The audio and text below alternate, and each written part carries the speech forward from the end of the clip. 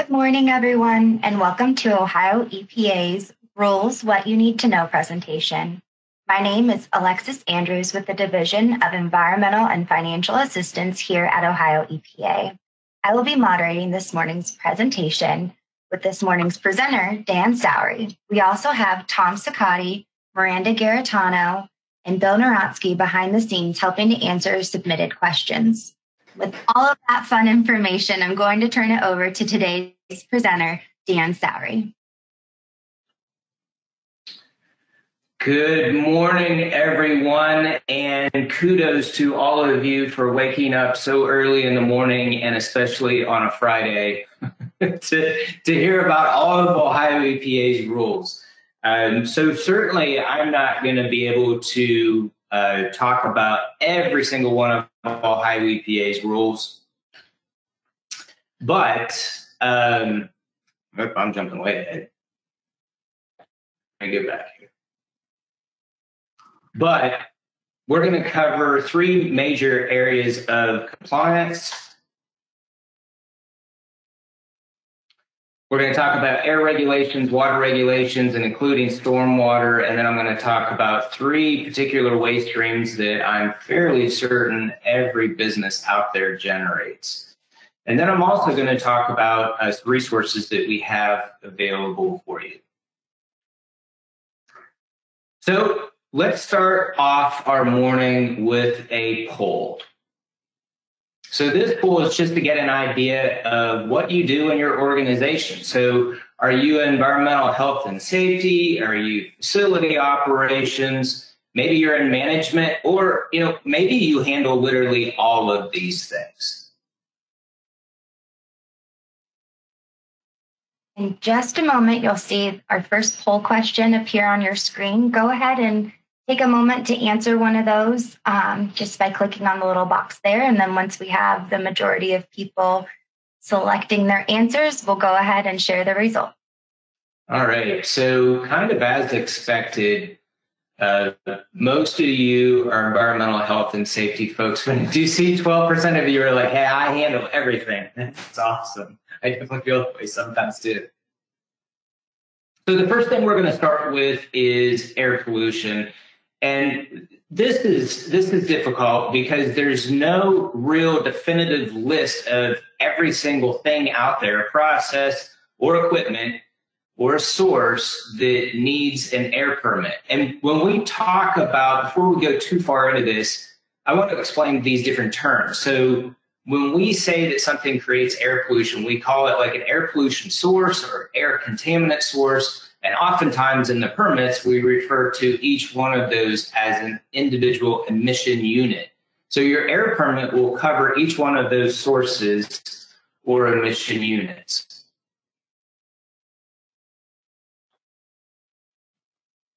Sorry, I'm jumping ahead here.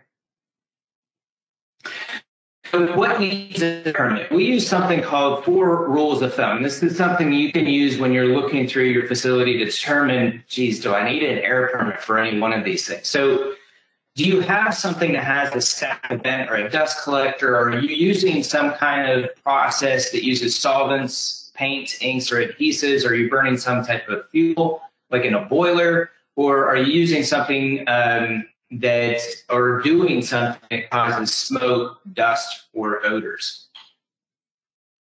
So here's a number of different things, common things that need air permits. If you have like a large boiler, you're burning a fuel. Printing presses, you're using inks. If you're doing some type of coating operation, you're painting something, you're coating something.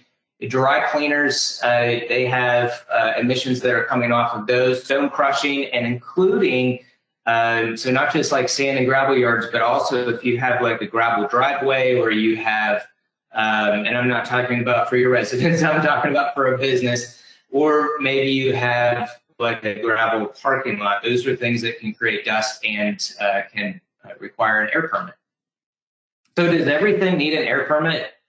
No, actually, there's a bunch of exemptions. And the big one I wanted to point out to you guys first off are the permanent exemptions. So if you ever want to geek out, if we have any attorneys on here, they're probably already looking up the Ohio Administrative Code right now. But if you ever want to check out all of these exemptions, there's roughly 60 of them. They're in Chapter 31, Rule 3 of the Administrative Code. So there's roughly 60 different types of equipment and processes that do not need air permits. So if you find, maybe even during this presentation, you're like, oh man, I have one of those. It's definitely permanently exempt, but I have an air permit for it. Then what I would recommend is you get a hold of Ohio EPA and ask to use the permanent exemption and no longer need that air permit.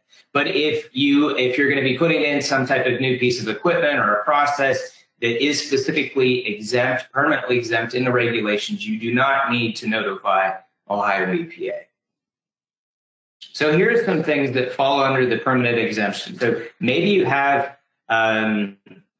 R&D, or maybe you have quality control, but you might have one of those fume hoods. Those things are permanently exempt. They're listed right out in the regulations. Boilers, water heaters under 10 million BTU per hour. If you have fuel storage roughly less than 20,000 gallons, those are all examples of things that are permanently exempt. Same outdoor structures, road painting. If you have machining operations and you don't have some type of baghouse dust collector vented to the outside or non-vented at all, then you don't need an air permit. If you have like a solvent reclamation unit, this is a small one under 20 gallons, or a parts washer, as long as you're not using chlorinated solvents. And just heads up, if any of you are using chlorinated solvents, definitely see if you can find a material substitute for that. Chlorinated solvents are nasty, and they can subject you to a lot of extra requirements.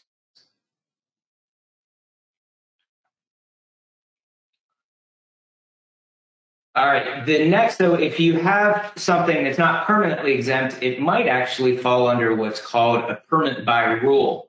So the permit by rule, it sounds like it's a permit, it's kind of a permit, but it's more of an exemption.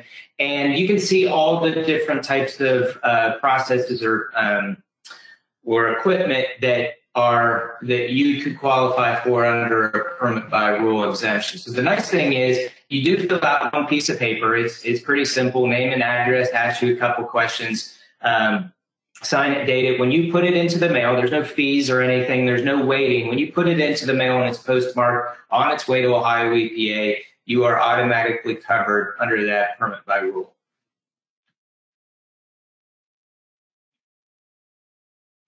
And then lastly, so let's say, okay, it doesn't meet a permanent exemption. It doesn't meet the permit by rule exemption. Maybe your emission source or your process would meet the de minimis exemption. What that means is it's not significant. It's a small, insignificant amount of air pollution. So the way Ohio defines this is less than 10 pounds per day for any air pollutants or 1 ton per year for hazardous air pollutants. Now, it can't be subject to some kind of federal requirement, and a good example is perchloroethylene dry cleaners. Those individual dry cleaning units, the unit itself, especially with the generation machines that they have now, they're definitely less than 10 pounds per day for air pollutants for perchloroethylene. However, they're also subject to federal standards, so they can't qualify under this de minimis exemption. Now, if you do have something that qualifies for this, you do have to keep records on site and emission calculations to be able to show that every time that you use that piece of equipment, that it actually, the emissions were less than 10 pounds per day. So if you have like a coating operation and you look on the side of the paint can and it'll say the VOC and it'll see the pounds per gallon. So if you're using more of like a water-based type of paint, you might have 3, maybe 4 pounds of volatile organic compounds per gallon. So if you don't spray over 2 or 3 gallons in a day, then you could probably qualify for this de minimis exemption. You just have to keep those records on site to be able to show that every day that you painted, for example, that you were under that 10 pounds per day. And again, there's no requirement to notify Ohio EPA. Just keep in mind, if you ever were inspected and the inspector says, well, prove to me that your coating operations are exempt, you would have to be able to show those calculations for every day that you used it to show that it was under 10 pounds per day or 1 ton per year.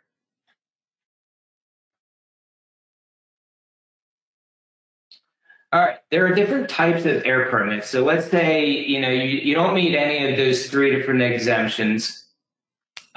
You could possibly take advantage of what we call a general permit. The nice thing with these general permits is, the nice thing with these general permits is all of the terms and conditions have already been defined. So you can check those out beforehand and find out what you're getting into. And because of that, Ohio EPA can turn around that permit really quick, 45 days or less. Why? Because we don't have to reinvent the wheel and come up with a bunch of terms and conditions. They're already ironed out. So there's typically no calculations. It's a really simple form that you fill out. There's some qualifying criteria you have to make sure that you answer. And then below, you can see a list of different types of processes and equipment that could be covered under a general permit.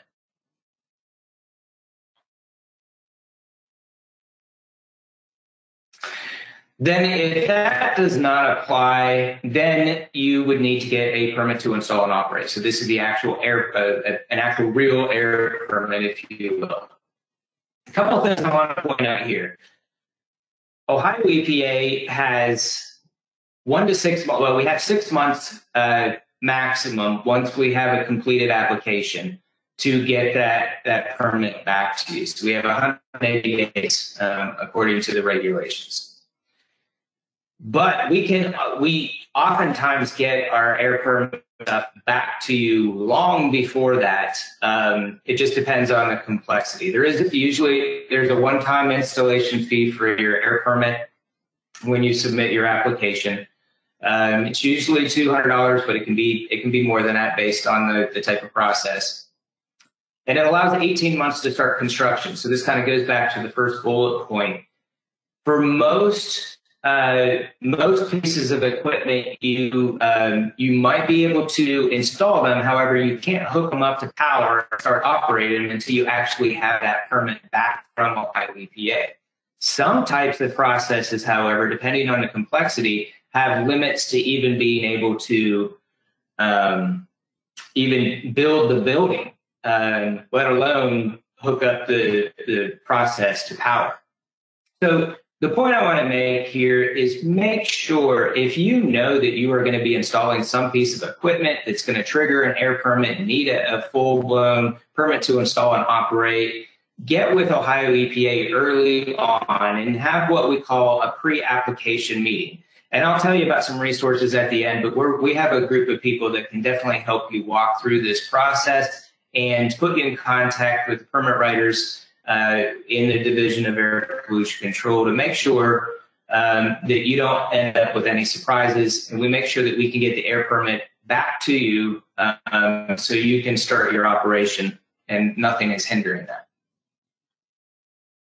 All right, so let's go through a self-assessment. So first thing to do is to tour your plant and identify all your air pollution sources. So you use that 4 rules of thumb. Do you have a stack, a vent, or a dust collector? Are you using solvents, inks, adhesives, or paints? Are you burning any type of fuel? And are you causing any type of odors, dust, or fumes? Next is to determine if your operations fit the permit exemption or the permit by rule exemptions. And if that doesn't apply, maybe your operations fall under de minimis, again, less than 10 pounds per day or 1 ton per year of hazardous air pollutants. And then if none of that applies, assume that you actually need an air permit. So how do you avoid violations with this program? Well, number one, make sure that you've identified all your air pollution sources at your facility and determine whether they're exempt or they need a permit. This next part with, making sure that you have your records and whatever is in that permit accessible. They can be stored on computers, but they do need to be accessible if you were inspected. But the point I want to make here is this applies with all permits with Ohio EPA. Read your permit. I know that sounds really simple, but oftentimes we see people, they're like, well, I got my permit, and they put it in a file somewhere and they're all good to go, but they never looked at it to realize that there's record keeping and reporting. There's all kinds of requirements usually in these permits. So make sure that you read and understand your permit. And if you have any questions, ask your permit writer or ask our Office of Compliance Assistance and Pollution Prevention. We'll be happy to explain those to you. We'd rather work with you up front to make sure that you didn't have surprises later on. Be aware of any visible emissions or odors from your facility. It's a great way to get an inspection from Ohio EPA is to have somebody complain about nasty smells coming out of your facility or black smoke pouring out of a pipe or a stack on the top of your building. Make sure you're maintaining any air pollution control equipment. So if you have a baghouse dust collector outside of the building, collecting the dust from inside the building, make sure that you're maintaining that and you're emptying it as necessary. And whatever you do, don't burn your trash. So don't do what this guy is doing. This is a great way to get yourself in trouble, and it's a great way to inhale a lot of dioxins that can cause cancer. So in the state of Ohio, you cannot burn your trash as a means for disposal. And this is not just for businesses. This is for literally any person in the state of Ohio. You cannot burn your trash. So whether it's rubber, grease, asphalt, or petroleum, or it's tires, or plastic, or insulated wire, garbage. I say dead animals because I actually had a neighbor that was burning his dead animals next to our house. That was awful. But there are some situations where you can burn material. So if it's like fire training exercises or ceremonial, or it's like wilderness management, landscape and agricultural waste, there are some things that you can do where you can burn your trash, but you can do some burning. However, you need to get permission to do that in advance. And so what I recommend is you call your local Ohio EPA office with any questions. And just because the fire department says you can do it does not mean it's legal. So keep that in mind as well. All right, let's take another poll. So this poll, just to get an idea of who we're talking to today, has your organization ever been inspected by Ohio EPA? Yes, no, or I have no idea. Okay, well, good. So if there's a lot of you who have been inspected or you're aware of the inspection, some of you no, have not been inspected, and some of you not really sure. And that's definitely fair too, because certainly if you're new to the agency, you might have been inspected 20 some years, or new to the agency, new to your facility, you may not be aware of an inspection that happened years ago either. So that's interesting. I'm glad to hear that a lot of you in the audience have been inspected before, and I'm hoping at the end of this presentation I'll give you some tips that hopefully will help if you get inspected in the future. All right, we're going to switch gears. We're going to talk about water now. So if you're from Ohio, or maybe even if you're not, you probably recognize this picture. Yes, this is the Cuyahoga River catching on fire. And some people don't realize this, but it didn't just catch on fire once, it caught on fire multiple times. And it was because back then, businesses and homeowners and literally everybody was dumping everything that they had. And so citizens, all of us, people got fed up and said, enough is enough, and went to the representatives and said, we need to change. And so Congress reacted, and they passed a number of different federal acts, one being the Clean Water Act. And what this really says is you cannot, any person, you can't discharge pollutants to what we call waters of the state. And we'll talk about that here in a second, unless you actually have a permit. So there's three different types of water discharges. There's sanitary wastewater, processed wastewater, and stormwater. Sanitary wastewater is really what happens in our bathrooms. Processed wastewater could be from different processes. It could be from equipment cleaning, rinse waters, cooling towers. Some other examples, if you have air pollution control type of blowdown, general housekeeping, and power washing. In the bottom right-hand corner, I really want to draw your attention to this because this is something that people get in trouble for all the time with our agency. If you power wash off something, whether it's sidewalks, the side of a building, or a vehicle like in this picture, the resulting water is considered industrial wastewater, and according to the Clean Water Act, it cannot be discharged to what we call waters of the state.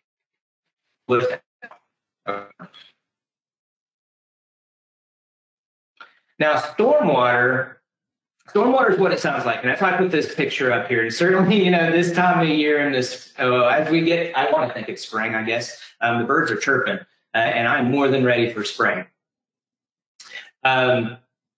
This is caused from precipitation. So in the state of Ohio, I think we can have all forms of precipitation in the same day: hail, snow, sleet, and rain. When that happens and you have materials stored outside, they end up, if they have oil or grease or other contaminants on them, the rain, the snow, the sleet, the hail, whatever it might be for that day or all in one day, will pick up those nasties and carry them off your property. So under the Clean Water Act, we talked about a permit to install and operate for air pollution. We talked about general permits. Under the Clean Water Act, we have what we call National Pollutant Discharge Elimination System, or NPDES. Some people refer to it as NPDES. But what this basically is anybody who is discharging pollutants to what we call waters of the state needs to have one of these NPDES or NPDES's permits. Waters of the state, what that means is it's obviously lakes, streams, ponds, stuff like that. But the one thing I want to point out is also includes conveyance systems like ditches and storm drain. So remember the gentleman that was power washing off the semi-truck? While that wastewater, that industrial wastewater, may just hit the gravel or wherever they are, that water will make its way to some type of, it's going to run downhill or wherever. It will find its way to a ditch or a storm drain, and therefore the regulations kick in.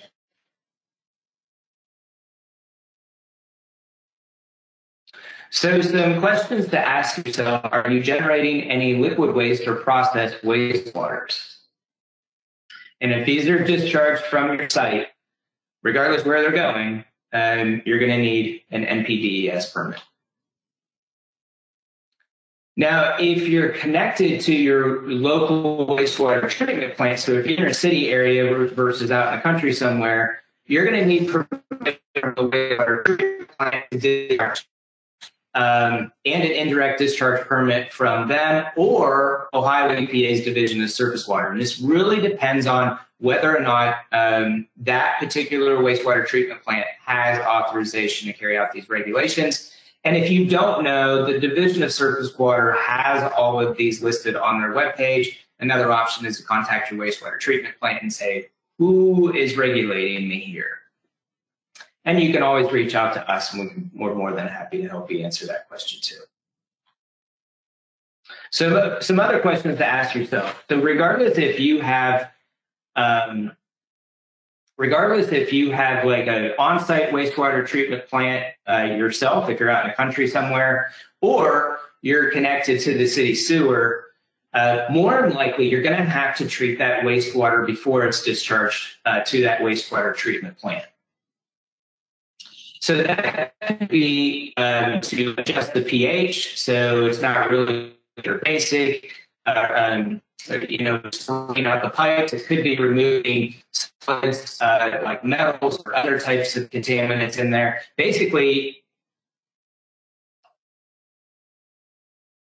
all right. And I'm sorry for anybody that's having like connections issues. My audio keeps going out and coming back on. So hopefully you guys can hear me now. So I paused there for a second. But when you discharge your wastewater, whether to a wastewater treatment plant that you have or to the city wastewater treatment plant, more than likely you're going to have to treat it ahead of time, and that will require that you have some type of equipment to do so, and that will require you have a permit to install from our Division of Surface Water. Keep in mind, just like it sounds, permit to install means that you need to have that permit before you actually install the treatment equipment. All right, here's another question to ask yourself. Are you involved in construction activities that will disturb over 1 acre of land? Well, what the heck is disturbing? I get 1 acre, but what does disturb mean? Well, that means that you're removing the trees or the vegetation or the grass. And it's going to be over 1 acre of land. So maybe you're putting in like a new, maybe you're putting in a new parking lot or something like that, or maybe a new building, and it's going to disturb over 1 acre of land where bulldozers are going to go in there and rip up all the vegetation. Then you may need to get a construction stormwater permit from our Division of Surface Water. And we'll plug this at the very end, the last slide, but we do have a presentation coming up on March 25th, specifically about construction stormwater and what you need to understand there.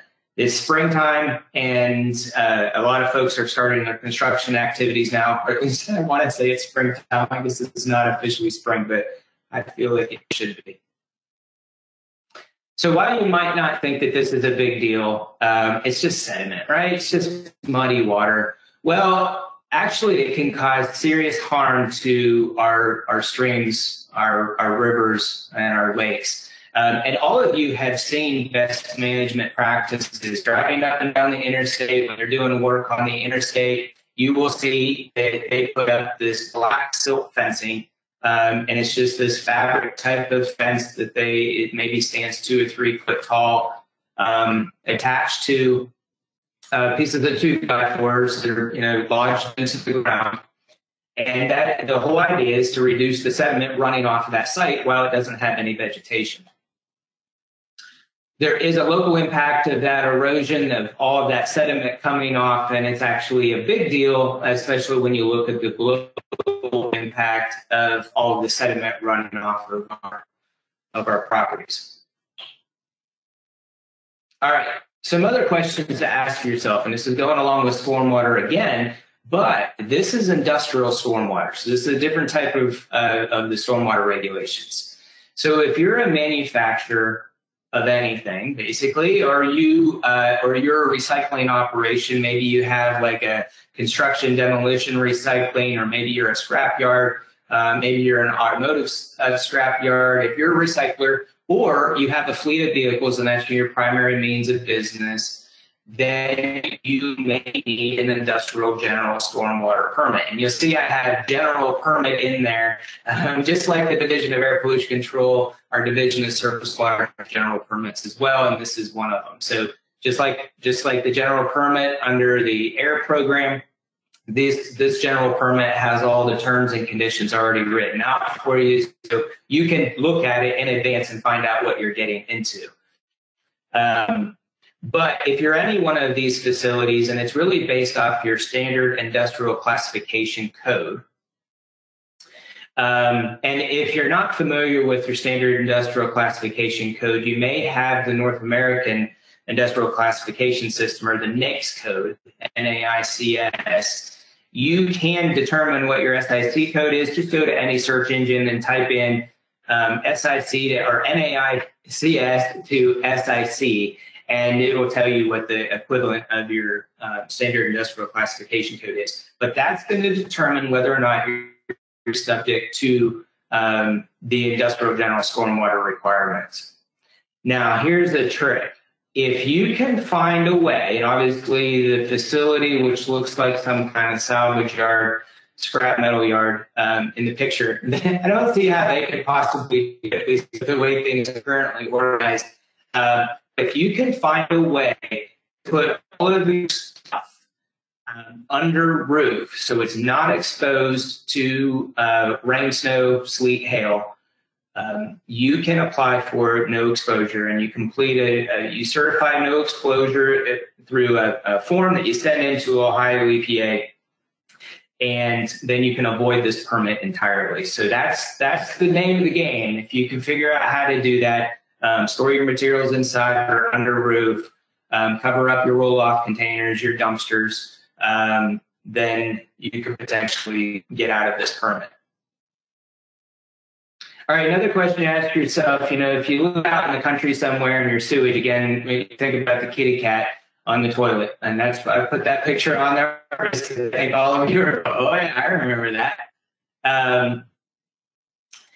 If you have your own on-site wastewater treatment plant for your sanitary wastewater, you will need to have an NPDES permit for that.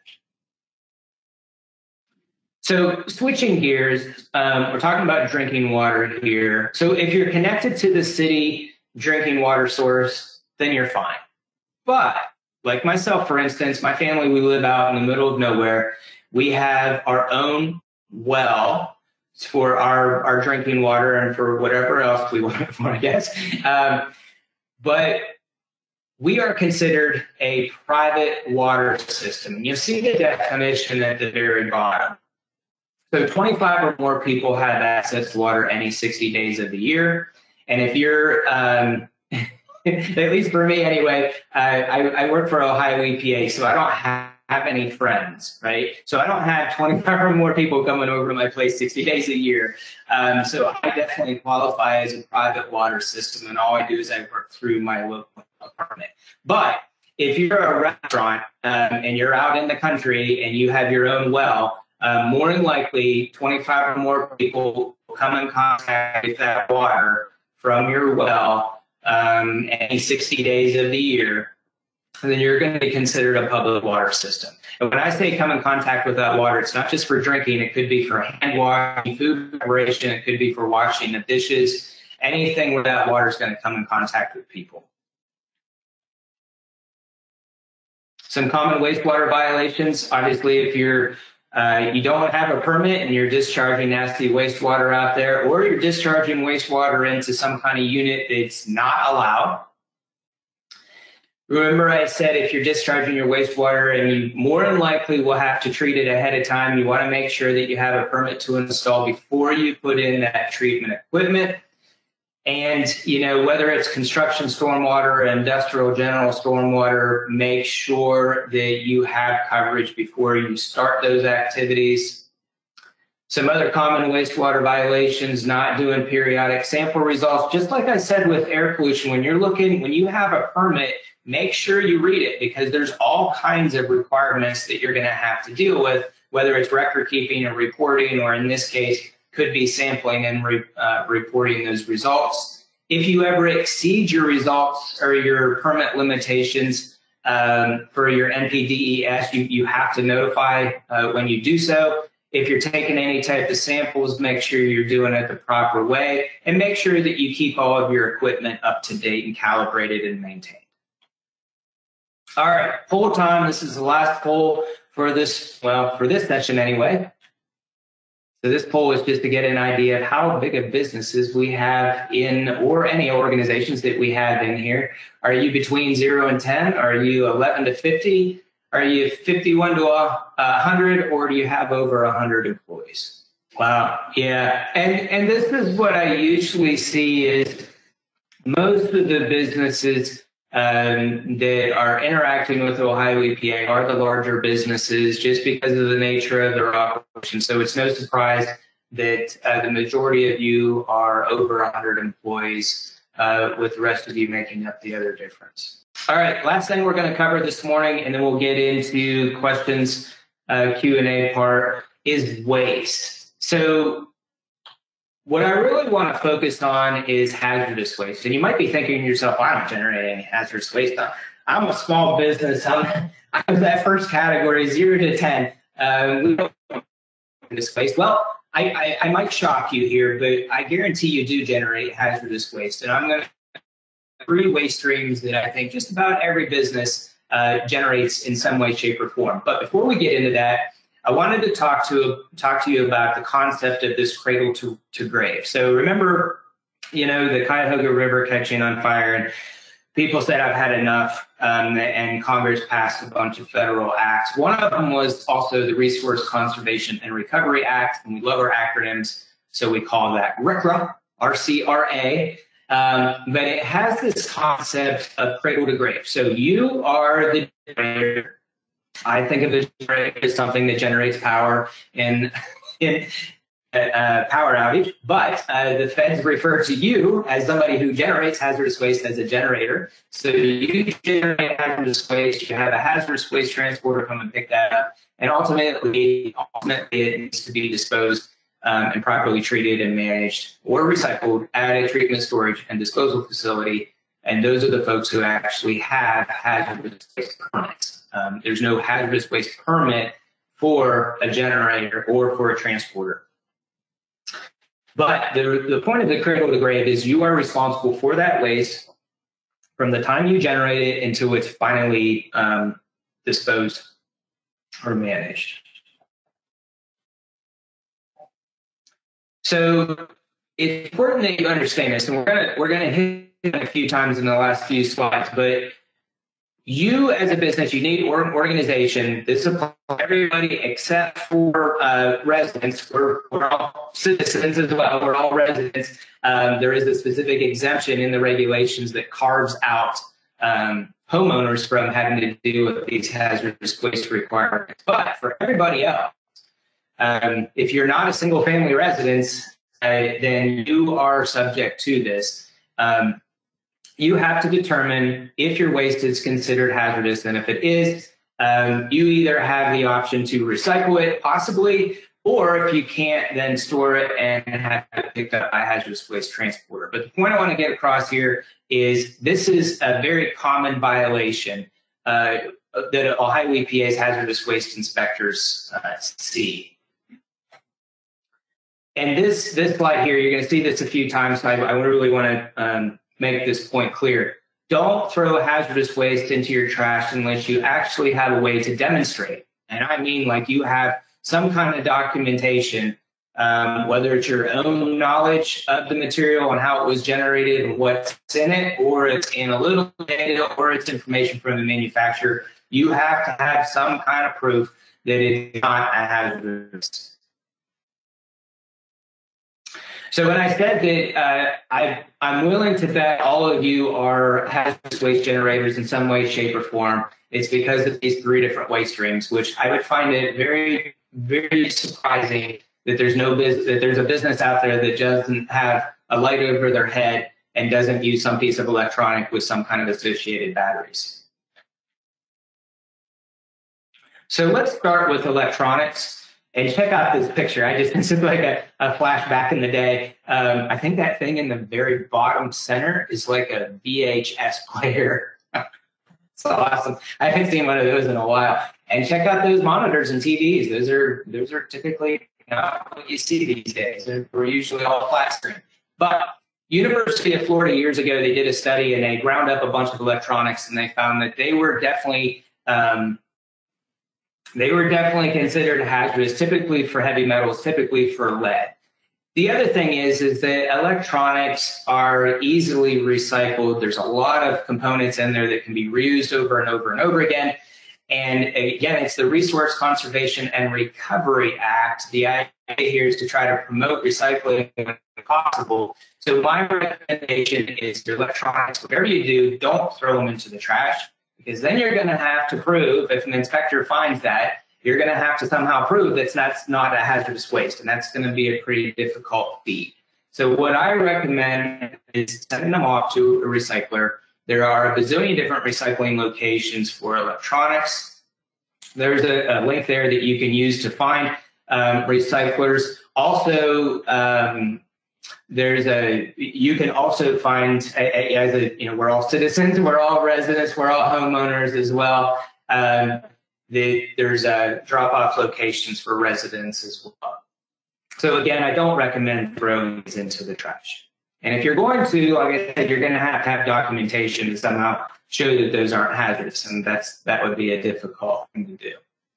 So before we go into the next two things, fluorescent light bulbs and batteries, I wanted to explain what's called the universal waste rules. So the universal waste rules are a subset of the hazardous waste regulations. They're intended to promote recycling. And it's because these waste streams, you see there's 7 of them in there. There's 4 of them that are federal, that came from US EPA, which Ohio EPA has. And then Ohio, we actually added 3 new ones, aerosol cans, antifreeze, and paint-related waste, to that list of waste streams that you can manage as universal waste. So these are waste streams that are generated in large volumes and have low hazards, low risks. The 2 I really want to focus in on are fluorescent light bulbs and batteries, but I wanted to let you know that and we'll give you a link so you can see this and watch the recording, but we just did a presentation on universal waste rules. We really took a deeper dive into this. So if you're curious to learn more about universal waste rules, check out that link at the end. So with fluorescent light bulbs, regardless what the manufacturer claims, typical fluorescent tubes have mercury in them, and the vast majority of them are considered hazardous waste because of the amount of mercury that's in there. Now, there are some manufacturers that have like green tips on them, and they make different types of claims about them. My recommendation is manage all of your fluorescent light bulbs, including your LEDs and all of your like high pressure sodium and those type of high intensity discharge, those metal halide type of bulbs as well. I recommend that you manage them all as universal waste. To do that, put them back in the same box they came in, keep the flaps closed unless you're adding or removing them. Put the date on the outside of the box. You have 1 year that you can store these on site. Label the outside of the box universal waste lamps. Don't put hazardous waste on the outside. Put universal waste lamps. This is what the rule specifically says. And then your hazardous waste transporter can come and pick those up. Again, I don't recommend throwing these into the trash. If you do, you're going to have documentation to show they're not hazardous. And whatever you do, I don't recommend that you crush your bulbs. There are things out there on the market called bulb crushers, and some of them, they sit right on top of a 55-gallon drum. They do a fantastic job at crushing the bulbs, and they do not so great job at collecting the mercury. So but the big thing is that under the universal waste rules, you can't manage them in a way that's going to cause them to rupture or leak. And obviously, crushing them with a bulb crusher is doing all of those things. So if you do have a bulb crusher, just keep in mind, you have to follow the full hazardous waste requirements. You cannot crush your bulbs and then manage them as universal waste. Again, it's all about your waste. Don't throw fluorescent light bulbs into your trash unless you have a way to show that they're not hazardous. Batteries is the last thing I wanted to cover here. Forget the lead acid battery here for a second at the bottom, the car battery looking thing. Focus on the other batteries here real quick. So if you have rechargeable batteries or electronic batteries, they typically are going to be considered hazardous for the metals in them. What I recommend is you manage them all as universal waste. You can put them all into one container, but I do recommend that you tape off the terminal ends. And I think that that's a DOT requirement as well, that they have to, they don't want those terminal ends to come in contact while these batteries are being jostled as they drive down the road, and they have had vehicles explode because of that. So make sure you tape off the terminal end, put them in some type of container, date and label the container, and again, same thing, universal waste batteries, and then have your hazardous waste transporter come and pick those up. Now, if you do have lead acid batteries from forklifts or from vehicles, for fluid or whatever, there is an old lead acid battery rule where you just take them back to wherever you buy your new batteries and exchange them. And normally you're going to get a discount on that returning that battery as well. So that's what I recommend for those. So the last thing I want to cover before we go into question and answer is I wanted to plug our resources that we have within the agency. We have what's called the Office of Compliance Assistance and Pollution Prevention, and that's a mouthful. So we refer to it as OCAP, but this program is non-regulatory. We're basically free and confidential consultants for businesses and other organizations within the state of Ohio. We have a number of staff strategically placed around the state of Ohio. In fact, I had three of those staff behind the scenes answering questions this morning. You can reach, we have a toll-free hotline number, and we also have a chat feature that you can check out to find all of this and all of our contact information and your local folks that are in your area, the part of the state that can help you. Again, it's all free and confidential. Look for that Ask an Expert About Permitting and Regulations button on our webpage and click on that and you will find all of this great information. And with that, we can begin taking questions. Thank you so much, Dan. I know it is not an easy task to handle educating folks on a very high level of all of Ohio EPA's rules and regulations, especially at 8 in the morning on a Friday. So with that, we're going to begin answering some of the questions submitted during today's presentation. As a reminder, you can still submit questions through the questions pane. So it's that little icon with a question image and then the question mark little bubble there. We'll do our best to answer as many questions as possible. If we do not get to answer your question during the Q&A portion, we'll reach out to you via email following today's webinar. So Dan, if you're ready, I'll begin with some of the questions we got here. So I am ready. Perfect. I figured you would be. Dan loves answering questions.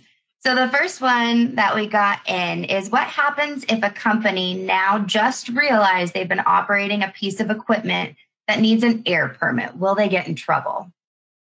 Yeah, I was kind of wondering when I was going through those few slides in the beginning with Aaron. So what will happen is, and it's kind of like this.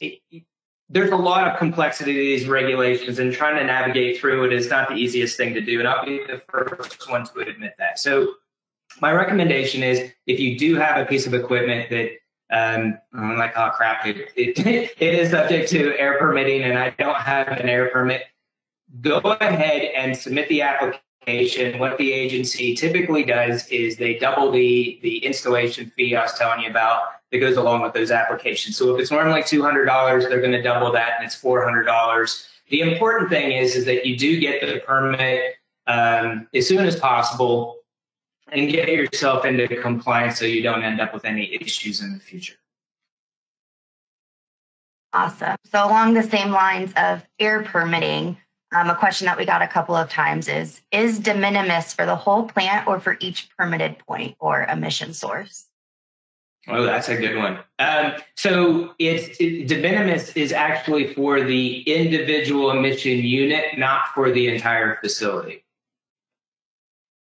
Thanks, Dan. How about this one? Where can I get more information on the universal waste rules? Oh, well, hey, I plugged that a little bit ago, but there's and we'll provide a link here in the next slide, but you can go to our webpage, click on the training tab, and you will find a recording of a universal waste rule, a deeper dive in a universal waste rule presentation that we literally just did a couple weeks ago. And in that presentation, you'll also find all kinds of handouts as well. But there's you can also check with the hazardous waste program, and they have all of this information as well. So one tip, if you know how to navigate through Ohio EPA's webpage, certainly feel free to do that. But another thing you can do is type in any type of search engine, Universal Waste Rules, Ohio EPA, and it'll probably route you right to Ohio EPA's spot on our webpage where we talk about universal waste rules. Thanks, Dan. We also got a lot of questions about LED lights. Can you just remind us all whether LED lights are considered a hazardous waste? Yeah, that's a really good question. I put that on that slide on purpose because LEDs are really taking over the industry. You know, incandescents are definitely going away if they're not already a thing of the past. And then we had the compact fluorescents for a period of time, and now LEDs are really taking over. But there's not, I don't have a kind of like, is there a definitive list of what requires an air permit? There's not a definitive list of every single thing that's considered a hazardous waste either. So it's hard for us as an agency or even US EPA to make a determination if every single LED light bulb or any light bulb out there is considered hazardous. Well, my recommendation is better safe than sorry. So you're either going to have to figure out if every single one of them is hazardous or not and keep that documentation. Technically, you put them in your trash. But I think that might be more difficult to do. So what my recommendation is to manage all of your light bulbs, including LEDs, under the universal waste rules. And then that way you don't have to deal with, trying to figure out are they hazardous or not. Thanks, Dan. So another one we just got in is about aerosol cans. So someone said aerosol cans, we puncture them in a commercial unit. What about empty cans? Are they non-hazardous scrap metal, or how do we handle them? Wow, that's a good question. And I see that it just came in as well. So aerosol cans, once they're considered empty, that means that, they've emptied, through the normal way, an aerosol can spraying out all the contents. Once they're empty, that container is not subject to hazardous waste regulation. It's considered what they call RCRA empty. But what I would recommend, because those are typically all metal cans, I would recommend that you manage them as scrap metal. Now, if that aerosol can is plugged for some reason, the nozzle gets plugged and still has contents in it, you can use a puncturing device to empty out the contents. You can manage the contents, possibly under the universal waste rules. But you'd have to manage the contents, but then same thing with the can. Once it's considered empty, I would recommend managing it as scrap metal. Thanks, Dan. So we'll do one more because we only have a few minutes, but last question we'll do. If I hire someone to power wash off the side of our building and sidewalks, do they have to collect all the water? Yeah, so yes, and when I was talking about the stormwater or the power washing and the gentleman that was power washing off that red semi truck, this question comes up quite a bit too, because you can see the difficulty in how you would collect every single water droplet. So here's my advice. Technically, like I said, it's considered an industrial wastewater. You can't let it enter waters of the state. So if you're power washing off the side of a building, and let's say, it's adjacent, it's sitting in a paved type of parking lot or something, and water is running off, you want to find a way that you can capture as much of that water as possible. If there's a storm drain nearby, cover over that storm drain and then suck the water out of there with some kind of wet dry vac, and then take that wastewater to a wastewater treatment plant to be properly disposed. Awesome. Thank you so much, Dan. We're going to call it there with our Q&A session. There are some questions that we didn't get a chance to answer during today's session, but we will follow up with you. We just want to say thank you to everyone who made today's webinar possible, especially to Dan, our presenter, even dealing with his choppy connection. We really appreciate everyone's patience too with that. We also want to thank Tom and Miranda and Bill for helping to address our submitted questions behind the scenes. And with that, we will end today's webinar. Thank you again for joining us and have a great day.